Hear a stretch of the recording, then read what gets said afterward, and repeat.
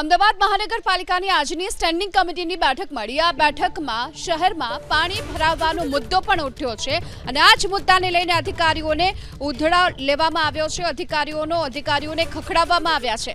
પૂર્વ વિસ્તારમાં પાણી ભરાવાને મુદ્દે અધિકારીઓ પાસે જવાબ માંગવામાં આવ્યો છે। ગત મોડી રાત્રે જે વરસાદ પડ્યો હતો અને તેના કારણે પૂર્વ વિસ્તાર જળબંબાકાર બન્યો હતો, લોકોને પારાવાર મુશ્કેલીનો સામનો કરવો પડ્યો, ત્યારે આ બેઠકમાં અધિકારીઓ પાસે જવાબ માંગવામાં આવ્યો છે। પાણી ભરાવાને લઈ આ તરફ ચંડોળા તળાવ ઊંડું કરી લાઈન નાખવાની કામગીરી ઝડપથી કરવાની સૂચના બેઠકમાં અપાઈ છે।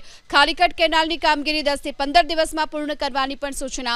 વધુ વિગતો મેળવીએ સંવાદદાતા કુશાંક સોની આપણી સાથે જોડાઈ ચૂક્યા છે।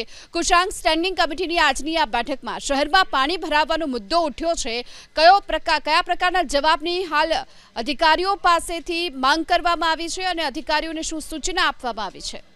જો 1.5 થી 1.25 ઇંચ જેટલો વરસાદ અમદાવાદ શહેરમાં સવારના સમય પડ્યો હતો અને તે બાદ અમદાવાદના પૂર્વના મોટાભાગના વિસ્તારો છે તે પાણીમાં ગરકાવ હતા, લાંબા સમય સુધી ગરકાવ હતા, જેના કારણે ડેપ્યુટી કમિશનર કક્ષાના અધિકારીઓનો ઉધડો લેવામાં આવ્યો છે સ્ટેન્ડિંગ કમિટીમાં। ખાસ તો તળાવને ઇન્ટરલિંક કરી અને વરસાદના પાણી છે તે તળાવમાં ઝડપથી ઉતારવા માટેનું અધિકારીઓ પાસે શું આયોજન છે તે જવાબ માંગવામાં આવ્યો છે। ચંડોળા તળાવ જેને ઊંડું કરવાની કામગીરી કરવામાં આવી છે તે ઝડપભેર કરવામાં આવે તે પ્રકારની પણ સૂચના આપવામાં આવી છે। 800 કરોડ રૂપિયાના ખર્ચે જે ઈસ્ટર્ન અને વેસ્ટર્ન ટ્રંક લાઈન નાખવાની કામગીરી કરવામાં આવી છે, જે શહેરના મુખ્ય રોડોને જોડી અને સાબરમતી નદીમાં તેના પાણી વહેવડાવવાની કામગીરી તેને ઝડપથી પૂર્ણ કરવા માટે સૂચના આપવામાં આવી છે। સ્ટેન્ડિંગ કમિટી ચેરમેન તરફથી અધિકારીઓ સામે સખત નારાજગી વ્યક્ત કરવામાં આવી છે કે ચોમાસાનો પહેલો વરસાદ હતો અને તેવા સંજોગોમાં જો આ પ્રકારની સ્થિતિ થશે તો પ્રી મોન્સૂનની કામગીરીનો અર્થ શું, તેની સાથે આખા ચોમાસા દરમિયાન નાગરિકોને હાલાકી પડશે તેના માટે જવાબદાર કોણ, આ પ્રકારના સવાલો છે તે સ્ટેન્ડિંગ કમિટીમાં પૂછવામાં આવી અને આ પ્રકારની ભૂલનું પુનરાવર્તન આગામી ચોમાસામાં ન થાય